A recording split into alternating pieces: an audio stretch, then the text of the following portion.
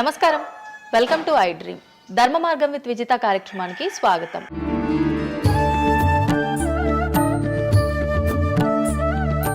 ప్రస్తుతం మనతో పాటు ఉన్నారు ప్రముఖ జ్యోతిష్యులు వేణుస్వామి గారు. ఇప్పుడు వారితో మాట్లాడి మరిన్ని విషయాలు తెలుసుకుందాం. ముఖ్యంగా మనకెన్నో సందేహాలు ఉంటూ ఉంటాయి, వాటి గురించి అడిగి తెలుసుకునే ప్రయత్నం చేద్దాం. నమస్కారం అండి. నమస్తే తల్లి. ఓం నమో వెంకటేశాయ. వెంకటాద్రి సంస్థానం బ్రహ్మాండే నాసికించిన వెంకటేశ సమోదేవో నా భూతో నా భవిష్యతి. గురుగారు, చాలా వరకు ప్రస్తుత రోజుల్లో జ్యోతిష్యాన్ని ఎక్కువగా నమ్ముతున్నారేమో అనిపిస్తూ ఉంటుంది. సేమ్ టైం మళ్ళీ జ్యోతిష్యం మూఢనమ్మకము అని చెప్పి కొట్టిపారేసే వాళ్ళు కూడా ఎక్కువైపోయారేమో అనిపిస్తుంది. అసలు ఈ జ్యోతిష్యం అనేది ఎంతవరకు ఒక కీలక పాత్ర పోషిస్తుంది ప్రతి మనిషికి కూడా?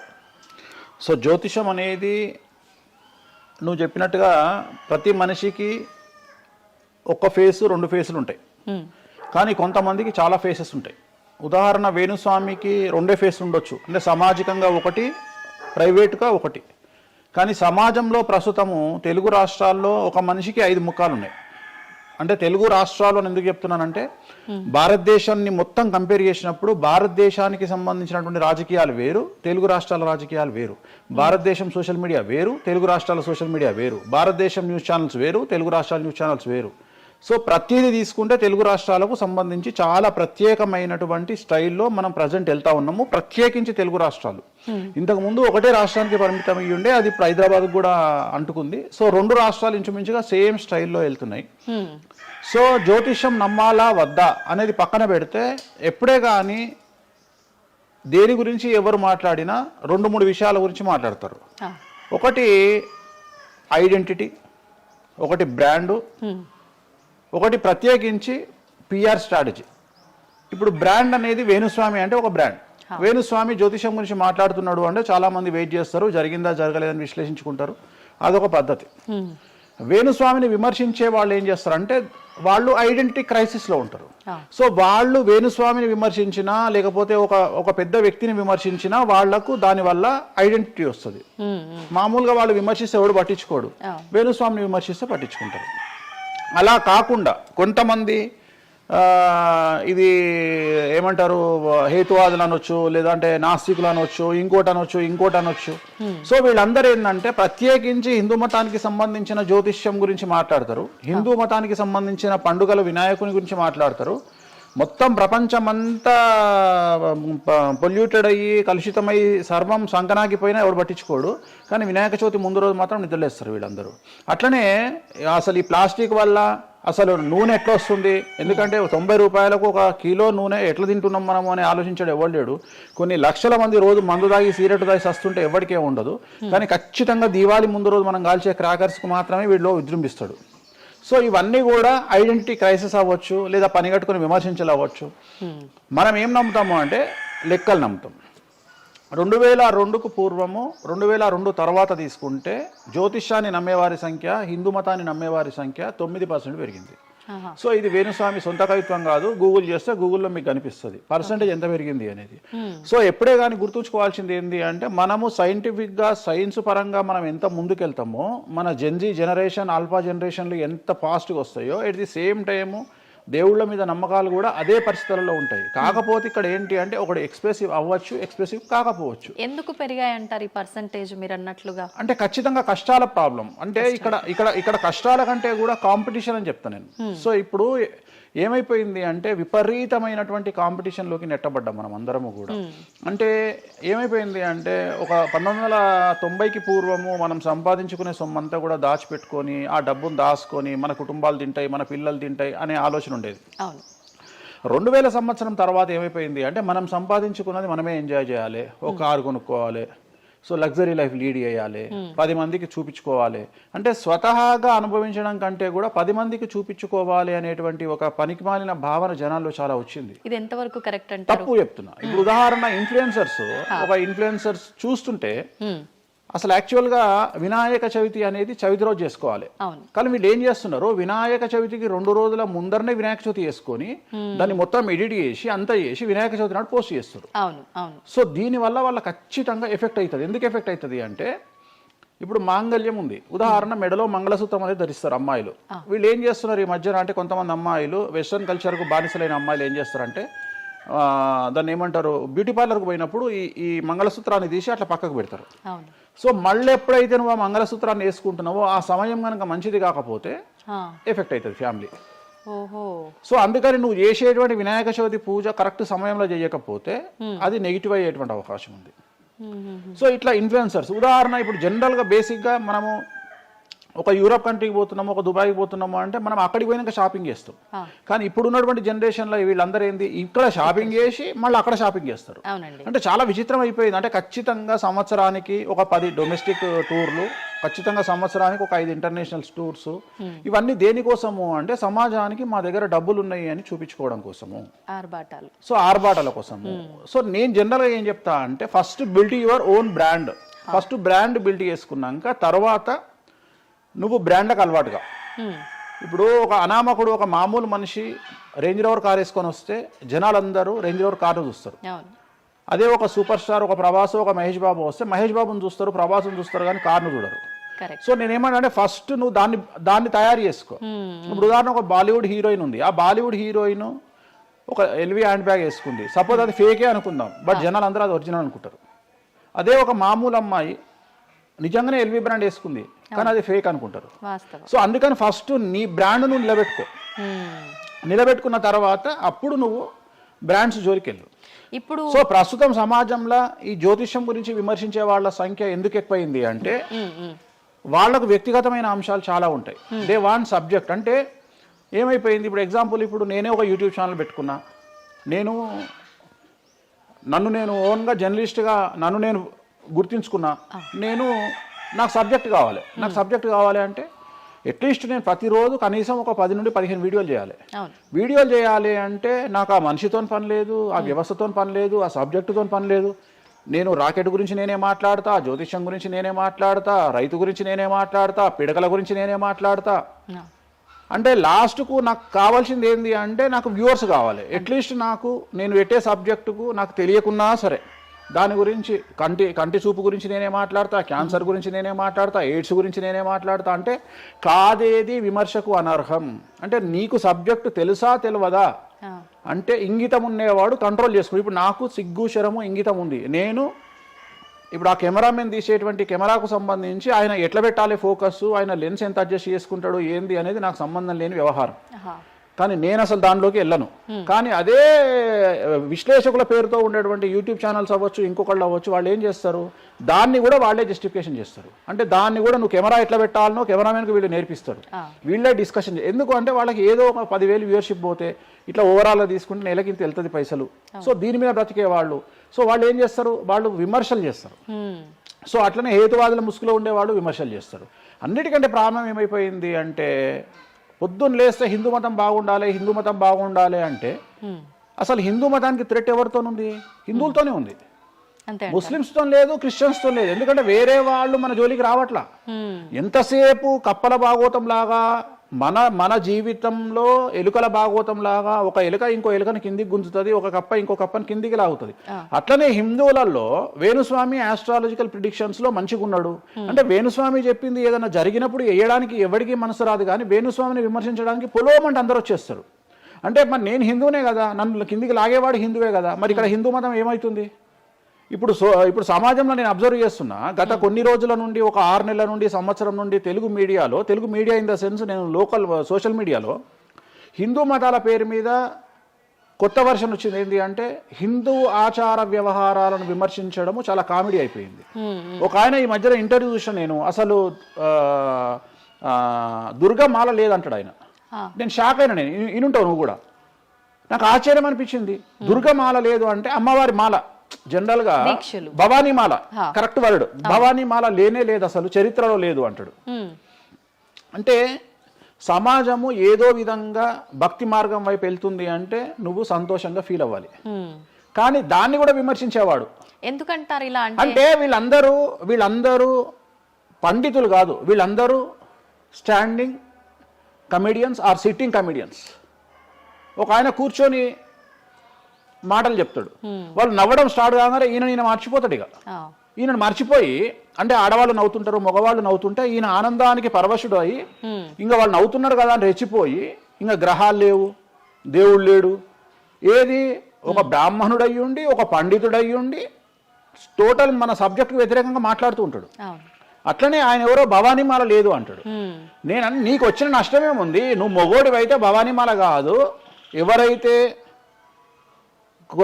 కోయంబత్తూరులో ఈషా ఫౌండేషన్లో లింగభైరవ అమ్మవారు లేదని చెప్పు, అది నీ గొప్పతనం. నిజంగా లింగభైరవ అమ్మవారు లేనప్పుడు లేదని చెప్పు. ఆమె క్రియేటెడ్ గాడు, చెప్పొచ్చు కదా లేదు అని. ఎందుకంటే అక్కడ భయం ఏంటంటే ఎవరు తంతడు అని. వీళ్ళ భయం అంతా ఏంటంటే ఎక్కడైతే ఎవడు వీళ్ళకి అడ్డు రాడో అక్కడికి వస్తాడు. వీళ్ళకి ఒరిజినల్ సబ్జెక్ట్ మాట్లాడే దమ్ము లేదు. సో ఇదంతా ఎంత చేసినా నేను అల్టిమేట్గా చెప్పేది ఏంటంటే, జ్యోతిష్యానికి వ్యక్తిగతంగా నా దగ్గరకు వచ్చేవాళ్ళు నాకు జనాలకు చెప్పారుగా. ఇప్పుడు నేను ఒక మాట చెప్తా, ఇప్పుడు సీక్రెట్ మెయింటైన్ చేయాలనుకుంటారు ప్రతి ఒక్కడు, ప్రైవసీ మెయింటైన్ చేయాలనుకుంటారు. మామూలుగా హాస్పిటల్కి పోతేనే ఇవాళ ప్రైవసీ మెయింటైన్ చేయాలనుకుంటున్నారు. అది అట్లీస్ట్ తలకాయనొప్పికి పోయినా వాళ్ళు దే వాంట్ ప్రైవసీ. అంటే కారు డైరెక్ట్గా B1కి వెళ్ళిపోతుంది, పైకి వెళ్ళిపోతారు, డాక్టర్ని కలుస్తారు, వస్తారు. అట్లాంటిది వేణుస్వామి దగ్గరకు వచ్చి నేను ఎందుకు చెప్పాలనుకుంటున్నా, లేదంటే నేను ప్రజలకి చెప్పాలనుకుంటున్నా అనుకోరు కదా. ఎవరో ఒకళ్ళు వేణుస్వామి దగ్గరికి వెళ్ళినప్పుడు కొన్నిసార్లు కొన్ని వీడియోలు తీసినప్పుడు 100 మందిలో ఒక వీడియో తీసినప్పుడు ఆ వీడియో పోస్ట్ చేస్తాము, దానివల్ల నా దగ్గరకు వచ్చినట్టు తెలుస్తుంది. కానీ 99% నా దగ్గరకు వచ్చినట్టు తెలియదు. నా దగ్గరికే కాదు, జ్యోతిషం అనేది ఎక్స్ట్రీమ్గా జనాల్లోకి వెళ్తున్నది. ఎట్ ది సేమ్ టైం భక్తి అనేది జనాల్లోకి వెళ్తున్నది. దాన్ని భయం అంటమా భక్తి అంటమా పక్కన పెడితే ఈరోజు జనాలు ముక్కోటి కానీ ఇతరత్ర పండుగలు కానీ జనవరి 1 కానీ జనాలు విపరీతంగా దేవాలయాల్లో ఉంటున్నారు. అంటే జనాలకు దేవుడి మీద కానీ శాస్త్రాల మీద కానీ వచ్చినటువంటి నమ్మకము, ఈ నమ్మకాన్ని ఎవరో ఒకళ్ళు వచ్చి టీవీలో కూర్చొని చెప్పినంత మాత్రాన పోదు. సో ఇది జనాల్లోకి విపరీతంగా వెళ్తానే ఉంటుంది. జనాలు ఎప్పుడే కానీ ఎంత వెస్టర్న్ కల్చర్కి వెళ్ళినా నమ్మకము అనేది ఒకటి ఉంటుంది. మనల్ని నమ్మించేది, మనల్ని బ్రతికించేది నమ్మకము. ఈ నమ్మకం లేకపోతే మనకు జీవితం లేదు. సో ఈ జ్యోతిష్యము అనేది అంధకార బంధురంలో ఉండేటువంటి ఒక వ్యక్తిని బయటకు తీసుకురావడానికి, జరగబోయే నష్టాన్ని చెప్పడానికి మాత్రమే పనికి వచ్చేటువంటి శాస్త్రము. అంతేగాని నువ్వు 50 ఏళ్లకు నరుకుతావు, 40 ఏళ్లకు కారు కొంటావు, ఈ సొల్లు పురాణం చెప్పాల్సిన పని లేదు.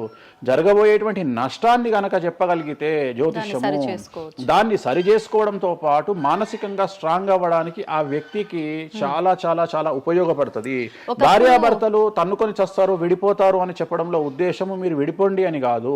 భార్యాభర్తల్లో అట్లీస్ట్ జనరేషన్ బట్టి ఈ రోజు భర్త అనేవాడు కాంప్రమైజ్ అయ్యి భార్య తిట్టినా పడి ఉంటాడు అని ఇక్కడ ఉద్దేశము. అంటే ఒకప్పుడు భార్యకు భర్తకు పెళ్లికి కనీసం 10 సంవత్సరాల గ్యాప్ ఉండేది. ఎందుకు అంటే భార్య అనే అమ్మాయి చిన్నపిల్లగా ఉంటే భర్త అనేవాడు ఒక కూతుర్ని చూసుకుంటాడు అనే ఉద్దేశంతో ఆ పెళ్లిళ్ళు చేసేవాళ్ళు. ఇవాళ ఏం చేస్తున్నారు, ఇద్దరికి 6 నెలలు తేడా ఉండదు. సో ఇద్దరు టెంపర్మెంట్ లో వెళ్తారు, ఇద్దరు గొడవలు పడతారు. సో ఈ కండిషన్ లో వాళ్ళిద్దరు విడిపోయేటువంటి తత్వం వైపు వెళ్తారు. కాబట్టి మొదలే మీ జాతకాలు బాగాలేవు, మీకు విడిపోయే అవకాశం ఉంది అంటే మిమ్మల్ని విడిపోమని చెప్పడం కాదు. ఇక్కడ మీరు జాగ్రత్తగా ఉండండి, కాంప్రమైజ్ కండి, ఈగోస్ పక్కన పెట్టండి, మీ పొసెసివ్నెస్ను పక్కన పెట్టండి. సో ఆర్థికపరమైనటువంటి అంశాల్లో క్యాలిక్యులేటెడ్గా ఉండండి, తన్నుకొని చావకండి, విడిపోకండి అని మొదలే వాళ్ళని హెచ్చరించడం అనేటువంటిది దీంట్లో భాగము. కానీ ఇవాళ ఏమంటున్నారు, శుభమా అంటూ పెళ్లి చేసుకుంటే విడిపోమని చెప్తున్నాడు వేణుస్వామి అంటే దాన్ని శుభమా అని చెప్పరు నాయన. ప్రతి ఒక్కళ్ళకి అదే చెప్తున్నారు. ఆ మాతకు వస్తే మీరు పొద్దున్న లేస్తే 100 పెళ్లిలలో 80 పెళ్లిళ్ళు డివోర్స్ అవుతున్నాయి. మరి దీని మీద మీరే కదా డిబేట్ పెడతారు. సో ఇదంతా ఏంటంటే ఒక వ్యక్తిని విమర్శించాలనుకున్నప్పుడు వాళ్ళు ఏదైనా తీసుకురావచ్చు. దాన్ని రామ అంటే దాన్ని చిన్న పదాలు మారిస్తే ఆ రామ అనేది ఒక బ్యాడ్ వర్డ్ అవుతుంది. సో దాన్ని ఎట్లంటే అట్లా చేసుకొని పోవచ్చు. కానీ ప్రస్తుతం దేశ కాలమాన పరిస్థితులలో జ్యోతిష్యం కానీ శాస్త్రాలు కానీ దైవత్వం కానీ తగ్గేదే లేదు, ముందుకెళ్తానే ఉంది. ఇప్పుడు ఒక మనిషి జననం దగ్గర నుంచి చనిపోయే వరకు జాతకం అనేది కొన్ని సందర్భాల్లో మాత్రమే చూడాలి అని చెప్పి ఒకప్పటి కాలంలో చెప్పేవారట. కానీ ఇప్పుడు మాత్రం పుట్టిన దగ్గర నుంచి ఎప్పుడు ఏ చిన్న సమస్య వచ్చినా జాతకం చూపించుకోవడము, అసలు ఇది మన సాంప్రదాయంలో లేనే లేదు అంటున్నారు. ఇది ఎంతవరకు వాస్తవం? నేను లాస్ట్ ఇయర్ ఒక హీరోకు ఒక బిడ్డ పుడితే నేను చెప్పినప్పుడు చాలా మంది మేధావులు వచ్చి నన్ను విమర్శించారు. చిన్న పాపకు జాతకం చెప్తారా ఎవడన్నా అని. నీకు తెలిసే ఉంటే కృష్ణదేవరాయల ఆస్థానం కానీ ఇతర రాజులు పెద్ద పెద్ద రాజుల ఆస్థానంలో కానీ ఆస్థాన సిద్ధాంతి అని ఉండేవాడు. వాళ్ళు ఏం చేసేవాళ్ళు అంటే రాణికి కూతురు పుట్టిన కొడుకు పుట్టిన వాళ్ళు వచ్చి మొత్తం లైఫ్కు సంబంధించిన జాతకాన్ని రాసేవాళ్ళు.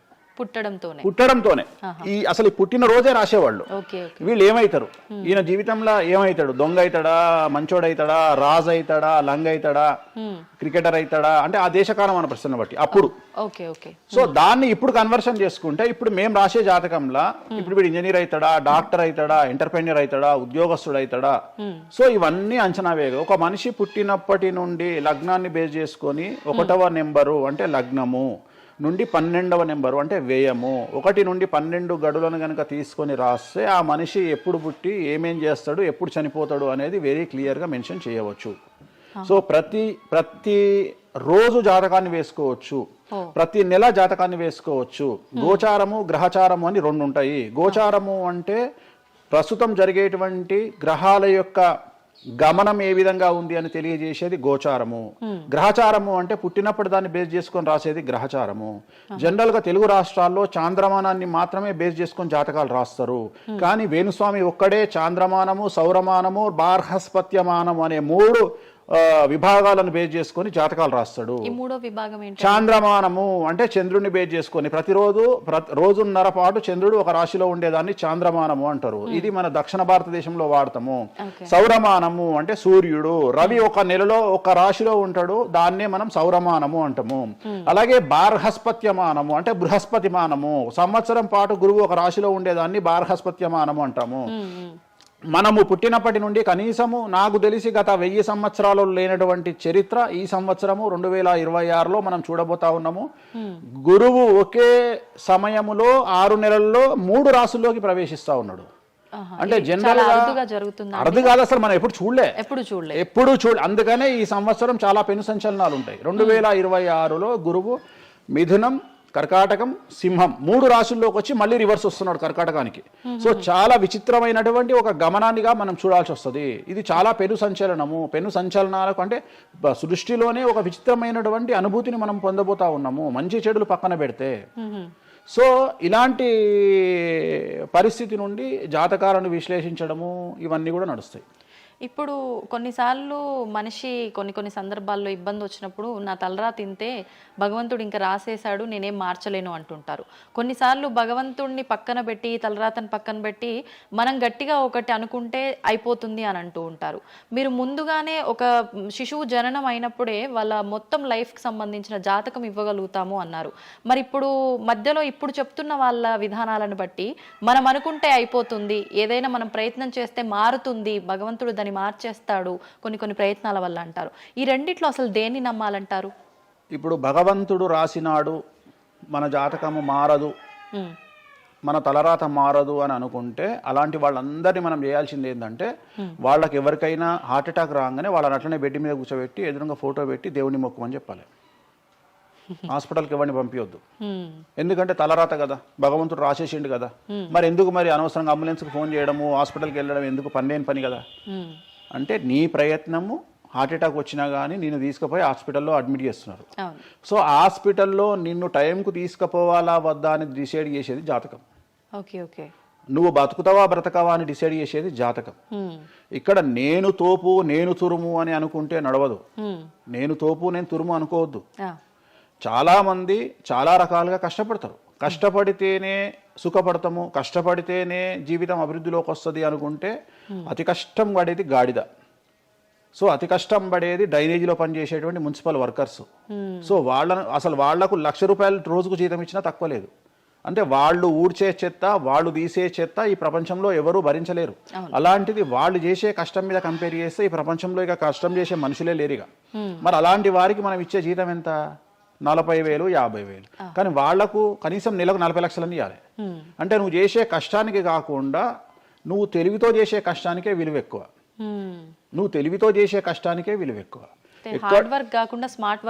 ఎగ్జాక్ట్లీ, స్మార్ట్ వర్క్ నమ్ముకోవాలి. సో రెండవది, నేను కష్టపడితే అసలు రానే రాదు. నువ్వు కష్టపడడం కాదు, నువ్వు తెలివిగా కష్టపడు, కసిగా కష్టపడు. సో అందరికంటే భిన్నంగా ముందుకెళ్ళు. సో దీంట్లో లోకులు నీ మీద రాళ్లు వేస్తారు, దీంట్లో లోకులు నిన్ను సమాజంలో టార్గెట్ చేస్తారు. So there is no development in comfortable zone. నువ్వు కంఫర్టబుల్ జోన్ దాటిన తర్వాతనే నీ జీవితంలో నీ కష్టాలు అనేవి స్టార్ట్ అవుతాయి. ఆ కష్టాలు స్టార్ట్ అయిన తర్వాత అభివృద్ధి అనేది ఏర్పడుతుంది. సో నువ్వు ఉద్యోగానికి అలవాటైనవు అంటే జీవితంలో నువ్వు ఉద్యోగంలోనే ఉండిపోతావు. నువ్వు రిస్క్ తీసుకొని సంవత్సరం పాటు ఖాళీగా కూర్చోవడానికి ట్రై చేసి నువ్వేదో వ్యాపారం చేసుకోనో ఇంకేదో చేసుకోనో ముందుకు రావడానికి ప్రయత్నం చేస్తే అప్పుడు నువ్వు తోపవుతావు. ఓకే. సో ఇక్కడ నువ్వు ఎంత టార్గెట్ చేసినావు జీవితంలో, ఎంత డబ్బు సంపాదిస్తున్నావు అనే దాని మీద నువ్వు తీసుకునే రిస్క్ ఆధారపడి ఉంటుంది. నువ్వు తీసుకునే రిస్క్ను బేస్ చేసుకుని నీ లైఫ్లో డెవలప్మెంట్ అనేది ఆధారపడి ఉంటుంది. అంతేగాని నేను నార్మల్గానే ఉంటా, నాకు డబ్బులు రావాలి అంటే రావు. ఎట్ ది సేమ్ టైము నాకు జ్యోతిష్యము అనేటువంటిది ఎలాంటిది అంటే, డాక్టర్ దగ్గరికి పోయినప్పుడు బ్లైండ్గా కాలో చెయ్యో ఇరిగినప్పుడు డాక్టర్ దగ్గరికి పోయినావు, డాక్టర్ ఏమంటాడు? ఫస్ట్ ఎక్స్రే తీసుకొని రా అంటాడు. అదే జ్యోతిష్యం. ఆ ఎక్స్రే అనేదే నీ లగ్నం, ఎక్స్రే అనేదే నీ కుండలి. సో నువ్వు తీసుకున్న ఎక్స్రే, నువ్వు ఎట్లయితే డాక్టర్ దగ్గరికి పోయినప్పుడు ఎక్స్రే ఎట్లయితే పనిచేస్తుందో, నీ కష్టం వచ్చినప్పుడు నిన్ను కష్టాల నుండి బయటికి తీసుకురావడానికి జ్యోతిష్యం అనేది ఎక్స్రే లాగా ఉపయోగపడుతుంది. ఆ ఎక్స్రే అంటే నీ కుండలి చూసినప్పుడు నీకు ఈ సబ్జెక్ట్లో ఈ ప్రాబ్లం ఎందుకు వచ్చింది, ఒక వ్యక్తికి హార్ట్ అటాక్ ఎందుకు వచ్చింది అంటే ఆయన జాతకంలో రవి కేతువు లేదా శని దృష్టి రవి మీద, లేదా కుజ రవులు 8వ ఇంట్లోనో లేకుంటే 6వ ఇంట్లోనో వ్యయంలో ఉన్నప్పుడు, అలాగే రవి కేతువులు 12వ ఇంట్లో కలిసి ఉన్నప్పుడు, అలాగే 6వ ఇంట్లో కలిసి ఉన్నప్పుడు, సో ఆ సందర్భంలో ఆ గ్రహ చిత్రంలో ఆ దశా చిత్రంలో ఆ దశ వచ్చినప్పుడు, అంతర్దశ వచ్చినప్పుడు, ఏలినాటి శనిలోనో ఆ షష్టమ శనిలోనో అష్టమ శనిలోనో ఈ హార్ట్ అటాక్ అనేది వస్తుంది. అంటే జాతకంలో ఈ దశలను బట్టే కానీ మనం తీసుకుంటున్న ఆహార అలవాట్లను బట్టి కాదంటారా? ఏం తినని వాళ్లకు కూడా క్యాన్సర్స్ వస్తాయి, గుర్తుంచుకోవాలి. ఏం తినని వాళ్ళకు కూడా క్యాన్సర్లు వస్తాయి.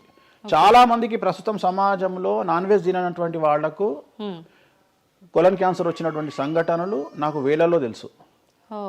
సో ఏం తప్పు చేస్తున్నారని అమ్మాయిలకు బ్రెస్ట్ క్యాన్సర్ వస్తుంది? ఆన్సర్ చెప్పు. Question mark. అవునా కాదా? థైరాయిడ్ తో ఏం పని చేస్తున్నాం? థైరాయిడ్ ప్రాబ్లం వచ్చింది. సరే ఉదాహరణ లంగ్స్ క్యాన్సర్ అంటే నువ్వు సిగరెట్ తాగితే వచ్చింది. కానీ నువ్వు నమ్మవో 100 మందిలో 40 మందికి లంగ్స్ క్యాన్సర్ వచ్చిన వాళ్ళకు సిగరెట్ అలవాట్లేదు. ఎందుకు వచ్చింది? సో చాలా మంది అంతెందుకు కరోనాలో మంచి వాళ్ళు చచ్చిపోయారు, తాగుబోతులు ఎవరు తావాలా? అవును అవును. అసలు దీని మీద కదా నువ్వు సైంటిస్ట్ రీసెర్చ్ చేయాల్సింది. ఇంతమందిని చూసినా మనం రోడ్డు మీద బిచ్చమెత్తుకునేవాడు ఎవరు చచ్చిపోలే. ఎందుకు అంటే వాడి డైజెషన్ సిస్టమ్ అంత స్ట్రాంగ్ ఉంది, వాడి ఇమ్యూనిటీ పవర్ అంత స్ట్రాంగ్ ఉంది. అట్లనే మందు తాగే వాడి ఇమ్యూనిటీ పవర్ అంత స్ట్రాంగ్ ఉంది. తాగుబోతులు ఎవరు చచ్చిపోలే కరోనాలో. సో ఇవన్నీ నువ్వు ఎలా చనిపోతావు, ఏ రోగం వస్తుంది, ఏంది అనేది జ్యోతిష్యం ప్రిడిక్ట్ చేయగలుగుతుంది. జ్యోతిష్యం అనేది నీ లైఫ్ను డిసైడ్ చేసింది కాదు, నీ లైఫ్ను ఎలా మార్చుకోవాలి అనేది జ్యోతిష్యం డిసైడ్ చేస్తుంది. దేవుడు అనేవాడు నీ జాతకాన్ని రాసిండు, నీ తలరాత రాయలే. ఇక్కడ గుర్తుంచుకోవాల్సింది ఏంటంటే, నువ్వు ఏ సమయంలో పుట్టాలి అనేది డిసైడ్ చేసింది ఎవరు? దేవుడు. సో నువ్వు పుట్టినప్పుడు 9 గ్రహాల కాంబినేషన్స్ ఎక్కడున్నాయి? లగ్నంలో ఎవరున్నారు, ద్వితీయంలో ఎవరున్నారు, తృతీయంలో ఎవరున్నారు, చతుర్థంలో ఎవరున్నారు, పంచమంలో ఎవరున్నారు, షష్టమంలో ఎవరున్నారు, వ్యయంలో ఎవరున్నారు, అంటే నీకు ఏ రోగాలు రావాలి, నీకు దోస్తులు ఎట్లాంటి వాళ్ళు ఉన్నారు, నీ కుటుంబంలో నీకు బంధువులతో గొడవలు అయితేయా కావా, నువ్వు డబ్బు ఎంత సంపాదిస్తావు, ఉద్యోగం వల్ల సంపాదిస్తావా, వ్యాపారం వల్ల సంపాదిస్తావా, లేకపోతే బెట్టింగ్లకు పోయి నాశనం చేసుకుంటావా, లేకపోతే వ్యసనపరుడు పోయి నాశనం చేసుకుంటావా, సో అమ్మాయిలకు బానిసైతావా, అంటే ఇట్లాంటివన్నింటిని అనలైజ్ చేయగలిగినటువంటి శక్తి జ్యోతిష్యానికి ఉంది. జ్యోతిష్యము అనేది వేరు కాదు. నువ్వు ఏదైతే దేవుడు జాతకం రాసిండు, ఏదైతే తలరాత రాసిండు అంటుండో గదే గిది. అంటే పుట్టిన టైముని, ప్లేస్ని అన్నిటిని బట్టే ఈ ప్రిడిక్షన్. ఒక మనిషి పుట్టిన సమయాన్ని బేస్ చేసుకొని ఇప్పుడు నువ్వు మాట్లాడుతున్న దేవుడు రాసిన తలరాతనే జాతకం. తలరాత వేరు, జాతకం వేరు కాదు. నీ తలరాత అనేది ఈ లగ్నంలో ఉంది, ఈ కుండలిలో ఉంది. దీన్ని బేస్ చేసుకొని, దీన్ని చేతిలో పట్టుకొని నువ్వు ముందుకెళ్తే నీకు ఏ ప్రాబ్లం ఉండదు. ఒక్కసారి జ్యోతిష్కుని సంప్రదిస్తే కాదు, నువ్వు ప్రతి సంవత్సరము లేదా 2.5 సంవత్సరాలకోసారి శని మారినప్పుడల్లా నీ జాతకం మారుతుంటది. గోచారంలో మారుతుంటది, గ్రహచారంలో మారుతుంటది. నువ్వు ఎలాంటి చర్యలు తీసుకోవాలి, ఎలాంటి జాగ్రత్తలు తీసుకోవాలి, నీకు వాహన ప్రమాదాలు ఎప్పుడు వస్తాయి, ఆరోగ్యపరమైన ఇబ్బందులు ఎప్పుడు వస్తాయి, న్యాయపరమైన ఇబ్బందులు ఎప్పుడు వస్తాయి, నువ్వు ఎదిగిన తర్వాత నీకు శత్రువులు పెరుగుతారు, నువ్వు ఎంత శుద్ధపూసైనా ఎంత మంచివాడివైనా నువ్వు సమాజంలో ఎదిగి ఒక కారు కొనుక్కొని, ఒక ఇల్లు కొనుక్కొని, నీ బతుకు నువ్వు బ్రతుకుతున్నా నీ మీద జనాలు ఏడ్చి చస్తారు. నీకు శత్రువులు అనేవాళ్ళు ఏర్పడతారు. నువ్వు మంచి చేసినా శత్రువులు వస్తారు, చెడు చేసినా శత్రువులు వస్తారు. సో ఇలాంటి వాళ్ళందరి నుండి నువ్వు ఎట్లా తప్పించుకోవడానికి ఏమేమి పూజలు చేసుకోవాలి, ఏమేమి న్యాయపరమైన జాగ్రత్తలు తీసుకోవాలి, వీటన్నిటినీ క్రోడీకరించి చెప్పగలిగిన వాడు జ్యోతిష్కుడు. కాకపోతే జ్యోతిష్కుడికి దేశ కాల మాన పరిస్థితులను బేస్ చేసుకొని జాతకం చెప్పగలగడం రావాలి. ఎందుకంటే జ్యోతిష్యంలో ఉదాహరణ రవి కుజ కేతువు కలిసి ఉన్నప్పుడు సుఖవ్యాధి వస్తుంది. సో సుఖవ్యాధి అని మాత్రమే జ్యోతిష్యం చెప్పింది మాకు, అంతేగాని నీకు సిఫిలిస్ గనేరియా ఎయిడ్స్ HIV అని చెప్పి రాయలే మాకు అక్కడ రాసింది ఏం రాసిండు, నీకు సుఖవ్యాధి వస్తుంది. కాకపోతే దేశకాలమాన పరిస్థితులను బట్టి ఏ వ్యాధులు వస్తున్నాయో దాన్ని అంచనా వేయగలిగిన శక్తి జ్యోతిష్కుడికి ఉండాలి. ఇప్పుడు కూడా నువ్వు ఇంజనీరింగ్ చేస్తున్నావు అంటే ఇంజనీరింగ్ ఇంకో 2 ఏళ్ళు అయితే పోతుంది. సో కొత్త ఏదో వస్తుంది, స్టడీస్ వస్తాయి. సో మనం మారుతా ఉండాలి, మనం అప్డేట్ అవుతా ఉండాలి.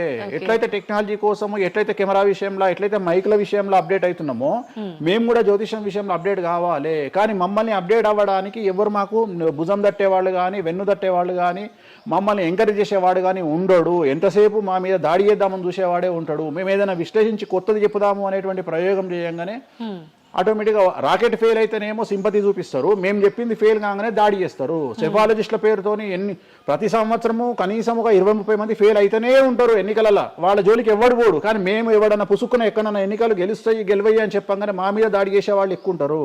సో మాకు కూడా ఎంకరేజ్మెంట్ చేస్తే మేము సైన్స్ను ఎప్పుడో పండబెట్టగలిగిన శక్తి మాకు ఉన్నది, జ్యోతిష్కులకు లేక కాదు. కాకపోతే మమ్మల్ని ఎవడు వెన్నుదడతాడు, మా గురించి ఎవడు మాట్లాడతాడు? మా గురించి మెచ్చుకునేది పర్సనల్గా వ్యక్తిగతమైనటువంటి టర్మినాలజీలో మాతో మాట్లాడేవాళ్ళు మెచ్చుకుంటారు తప్ప సమాజం మమ్మల్ని చూసే దృష్టి వేరు. ఎంతసేపు మా దాంట్లోనే మాకుండదు. మా దాంట్లో యాచకా శత్రువు అంటే బిచ్చపోరు శత్రువు అని మా దాంట్లో మాకే తన్నులాట.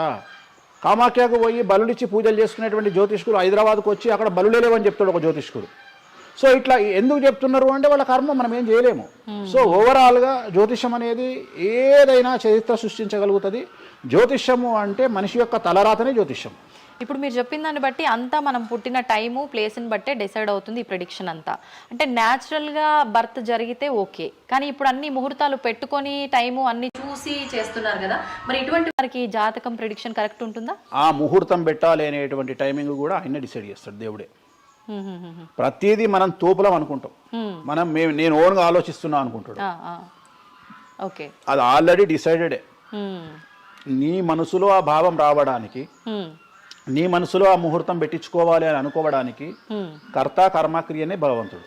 మరి ఇది పెళ్లిళ్ళ విషయంలో ఎందుకు వర్తించదు? పెట్టుడు ముహూర్తాల్లో పెళ్లిళ్ళు వద్దు, అదంత సఖ్యతతో ఉండరు భార్యాభర్తలు అంటారు కదా. అసలు ముహూర్తం మంచిదైతే ఎందుకు విడిపోతున్నారు అని ఇప్పుడు కొంతమంది మేధావులు అడుగుతారు. ఫస్ట్ నేను చెప్పే పాయింట్ ఏంటంటే, నీ జాతకాలే కలవకపోతే నువ్వు ఎంత మంచి ముహూర్తంలో చేసుకుంటే ఉంది. నీ జాతకాలు బాగుంటే, మీ జాతకాలు కలిస్తే నువ్వు అష్టమి నాడు పెళ్లి చేసుకున్నా, అమావాస్య నాడు పెళ్లి చేసుకున్నా ఏమీ కాదు. రైట్? సో నేను మాట్లాడే విషయం ఏంటంటే, నీ అబ్బాయి అమ్మాయి జాతకాలు బాగా కుదిరినప్పుడు వాళ్ళ లైఫ్ ఎక్కడో ఉంటుంది. చాలామంది there is calculated love, calculated relation.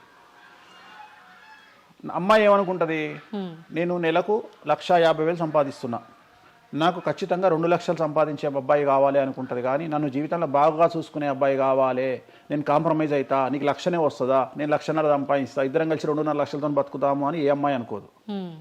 So ప్రతి ఒక్కడి క్యాలిక్యులేషన్ ఇదే. అలాగే అబ్బాయి ఏమనుకుంటాడు, నాకు 2 లక్షలు వస్తుంది కానీ నాకు చాలా అందమైన అమ్మాయి కావాలి అనుకుంటాడు. సో ఇక్కడ ఉన్న డిమాండ్కు తగ్గట్టు సప్లై లేదా. సో అప్పుడు ప్రాబ్లం ఏమవుతుంది, ఫైటింగ్. అప్పుడు ఏమవుతుంది అంటే కాంప్రమైజ్ అనేది స్టార్ట్ అవుతుంది. అంటే జ్యోతిష్యుడు జాతకాలు బాగాలేవు అని చెప్పినా ఇనే పరిస్థితులలో వీళ్ళు ఉండరు. రెండవది, జ్యోతిష్కులు కూడా ఏం చేస్తారంటే సాధ్యమైనంత వరకు ముక్కుసూటిగా ఆన్సర్ చెప్పకుండా, కుజదోషం ఉంది, 7వ ఇంట్లో కుజుడున్నాడు, 7వ ఇంట్లో శని కుజులు కలిసి ఉన్నారు, సో చాలా ప్రాబ్లం అవుతుంది. లేదా 7వ ఇంట్లో చంద్రుడు కుజుడు కలిసి ఉన్నారు, సో పిల్లవాడి తల్లి వల్ల సమస్యలు వస్తాయి, లేదా పిల్ల తల్లి వల్ల సమస్యలు వస్తాయి అని వీడు డైరెక్ట్గా అమ్మాయికో అబ్బాయికో చెప్పడు. లేదు మీ ఇద్దరికి సంతాన యోగం లేదు అని చెప్పడు. ఉదాహరణ 9:5 అయింది, ఇద్దరిది అమ్మాయిది అబ్బాయిది, సంతాన యోగం ఉండదు, షష్టాష్టకాలు అయినాయి. వీడేమంటాడు, షష్టాష్టకాలలో శుభ షష్టాష్టకాలు అంటాడు. అంటే విషయంలో మంచి విషయం ఉంటుందా? ఉండదు కదా. శుభ షష్టాష్టకాలు ఎక్కడి నుండి వచ్చినాయి? నువ్వు చెప్పేదే విషం అంటున్నావు, విషం అనుకుంటూ మంచి విషయం అంటున్నావు మళ్ళా. సో మంచి విషయం ఎక్కడ నుండి ఉంటుంది? ఉండదు. విషయం వేసుకుంటే చస్తాడు. అట్లనే షష్టాష్టకాలు అంటే ప్రాబ్లం స్టార్ట్ అవుతుంది. అట్లనే 9:5 ఏకనాడి, వర్ణదోషము, యోని దోషము, ఇట్లా చాలా రకాల దోషాలు ఉంటాయి. సో ఈ దోషాలను ఏం చేస్తారంటే, ఈ దోషాలను ఎదుటి వ్యక్తికి నిజాయితీగా చెప్పడం మానేసి సాధ్యమైనంత వరకు వీళ్ళు పెళ్లి చేసుకోవాలి అనే ఇంటెన్షనల్ గా పాజిటివ్ వేలో వెళ్తాడు. రెండవది ఏంటంటే, ఆల్రెడీ వీళ్ళు ఏం చేస్తారు, మేము ఫిక్స్ అయ్యి మేమిద్దరం ఫిక్స్ అయినాము, మేము పెళ్లి చేసుకుంటాము అని డిసైడ్ చేసుకొని వస్తారు అక్కడికి. అప్పుడు వాడు ఇవన్నీ చెప్పి వాళ్ళ మనసును విరగొడతాడా? విరగొట్టాడు.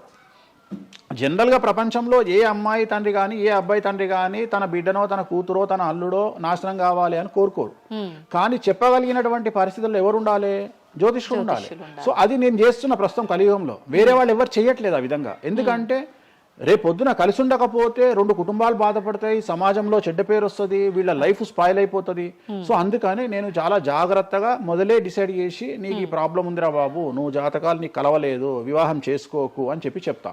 వీళ్ళ జాతకాలు బాగా లేకున్నా తీసుకుపోయి మంచి ముహూర్తం చూసుకొని పెళ్లి చేసుకుంటే ఆ ముహూర్తం వీళ్లను సఫలీకృతులను చెయ్యదు. నీ జాతకం బాగుండాలి. అట్లనే నువ్వు ఏ టైంలో పుట్టాలనో డిసైడ్ చేసుకున్నా అని నువ్వు అనుకొని సిజేరియన్ పెట్టుకుంటావు, కానీ ఆ టైంలో నువ్వు నక్షత్రమే చూస్తావేమో కానీ 6వ ఇంట్లో ఉండే గ్రహాలు 12వ ఇంట్లో గ్రహాలు డిసైడ్ చేయగలిగింది భగవంతుడు. ఆ టైంలో ఒకవేళ వ్యయస్థానంలో గ్రహాలున్నా 6వ స్థానంలో గ్రహాలున్నా జాతకం అంతా కింద మీద అవుతుంది. ఒకవేళ కుజుడు ఉండే స్థానాన్ని బట్టి చంద్రుడు బుధుడు ఉండే స్థానాన్ని బట్టి జాతకాలు కరెక్ట్గా డిసైడ్ చేయకపోతే ఆటిజంతో మగపిల్లలు పుడతారు. సో ఇన్ని సమస్యలు ఉంటాయి. సో చాలా ఈజీగా సిజేరియన్ ఆపరేషన్ చేసుకోగానే పిల్లలు మంచిగా పుడతారు అని కాదు అక్కడ. ఎందుకంటే నువ్వు పిల్లలు మంచిగా పుట్టాలి లేదు అనేది డిసైడ్ చేయడానికి it will take 3 to 4 hours. కానీ 3 to 4 minutes లో జ్యోతిష్కుడు డిసైడ్ చేస్తుంది. అది తప్పు. ఓకే ఓకే, ధన్యవాదాలండి, చాలా చక్కగా వివరించారు. ఓం నమో వెంకటేశాయ.